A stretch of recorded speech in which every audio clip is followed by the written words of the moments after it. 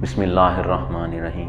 अस्सलाम वालेकुम स्टूडेंट्स, आज हम अपना सेकंड लेक्चर स्टार्ट करेंगे जो हमारा फर्स्ट टॉपिक पर ही मुश्तमिल होगा।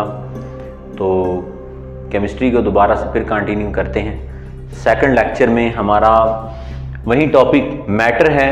हमने last time state of matter discuss की थी और इसकी टाइप्स डिस्कस की थी।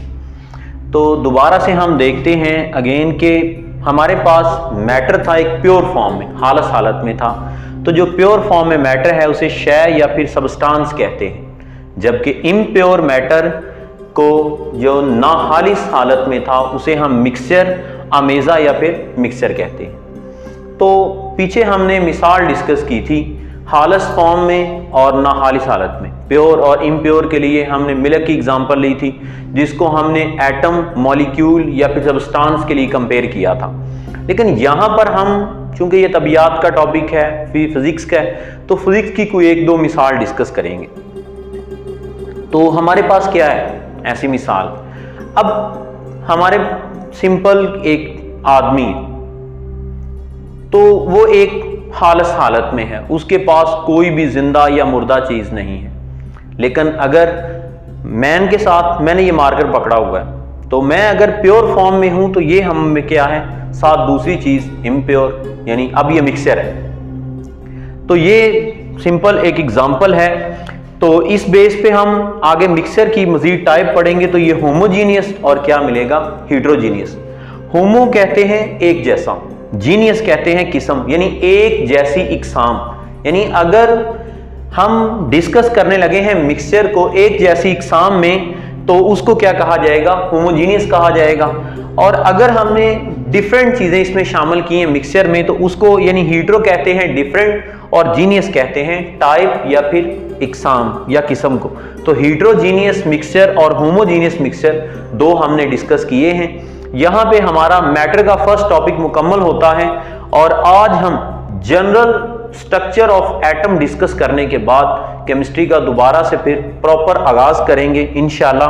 तो एटम को देखा जाए तो बुनियादी तौर पर एटम को हम एक स्फेरिकल या फिर बैजवी शेप का लेते हैं, गोल या थोड़ी सी बैजवी शक्ल का लेते हैं, जो हमें दो हिस्सों में मिलेगा। एक इसका आउटर बाउंड्री स्फीयर टाइप है। वैसे तो एटम की बाउंड्री होती नहीं है, लेकिन हम एज्यूम्ड या फर्जी बाउंड्री लेते हैं, और एटम का सेंट्रल कोर और दरमियानी हिस्सा लेते हैं। तो एटम का ये जो बैरूनी हिस्सा है, इसको हम आम जुबान में शेल या फिर इसके लिए लफ्ज इस्तेमाल करते हैं मदार। ऑर्बिट का वर्ड भी इसके लिए यूज किया जाता है। इसे एनर्जी लेवल भी कहते हैं, जो हम चैप्टर नंबर 2 में जाके आगे डिस्कस करेंगे बड़ा तफसीलन। तो ये जो शेल है या ऑर्बिट है, इस पर एटम में कई शेल होते हैं, हम यहाँ पे एक ही डिस्कस कर रहे हैं। यहाँ पे इलेक्ट्रॉन रिवॉल्व कर रहे होते हैं, इलेक्ट्रॉन गर्दिश कर रहे होते हैं, जिस पर चार्ज नेगेटिव चार्ज होता है या मनफी चार्ज, नेगेटिव चार्ज, या एटम मनफी चार्ज का मुतहम्मिल होता है, जो एटम का इलेक्ट्रॉन है। और एटम का जो सेंट्रल कोर है, इसे न्यूक्लियस कहा जाता है। न्यूक्लियस। एटम के न्यूक्लियस में क्या चीजें मौजूद होती हैं? ये जो बाहर शेल थे या ऑर्बिट थे, इनमें इलेक्ट्रॉन मौजूद थे जिन पे नेगेटिव चार्ज था। तो एटम के न्यूक्लियस में जो कुछ भी शामिल होता है, इसे कहा जाता है न्यूक्लियॉन्स। न्यूक्लियॉन्स मतलब न्यूक्लियस के मुश्तमिलात, यानी न्यूक्लियस जिन पर मुश्तमिल है, जिनसे मिलकर न्यूक्लियस बना है। इसमें दो चीजें होती हैं, एक है प्रोटॉन और एक है न्यूट्रॉन। प्रोटॉन को हम P से जाहिर करते हैं और न्यूट्रॉन को हम स्मॉल n से करते हैं। जो प्रोटॉन है ये पॉजिटिव चार्ज कंटेन करता है, पॉजिटिव चार्ज पर मुश्तमिल होता है, और न्यूट्रॉन ये न्यूट्रल पार्टिकल है।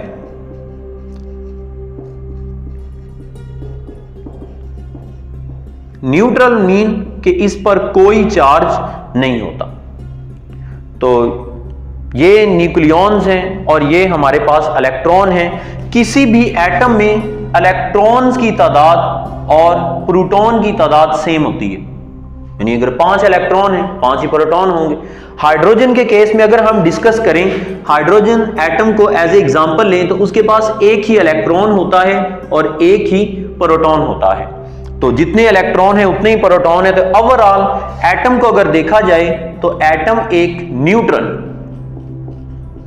पार्टिकल है, एक न्यूट्रल यानी जिस पर किसी किस्म का कोई चार्ज मौजूद नहीं है। तो स्टूडेंट्स, ये हमारा आज का सेकंड लेक्चर जिसमें हमने एटम का जनरल स्ट्रक्चर डिस्कस किया है और हमारा प्रीवियस टॉपिक मैटर को हमने मुकम्मल किया है। आज इतने पर इक्तफा करते हैं।